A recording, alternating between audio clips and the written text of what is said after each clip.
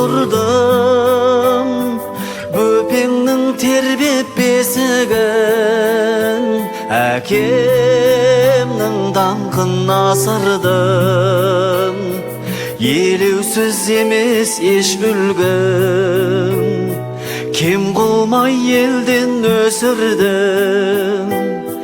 Жақсымыз болса жар салып, қатеміз болса кешірдім.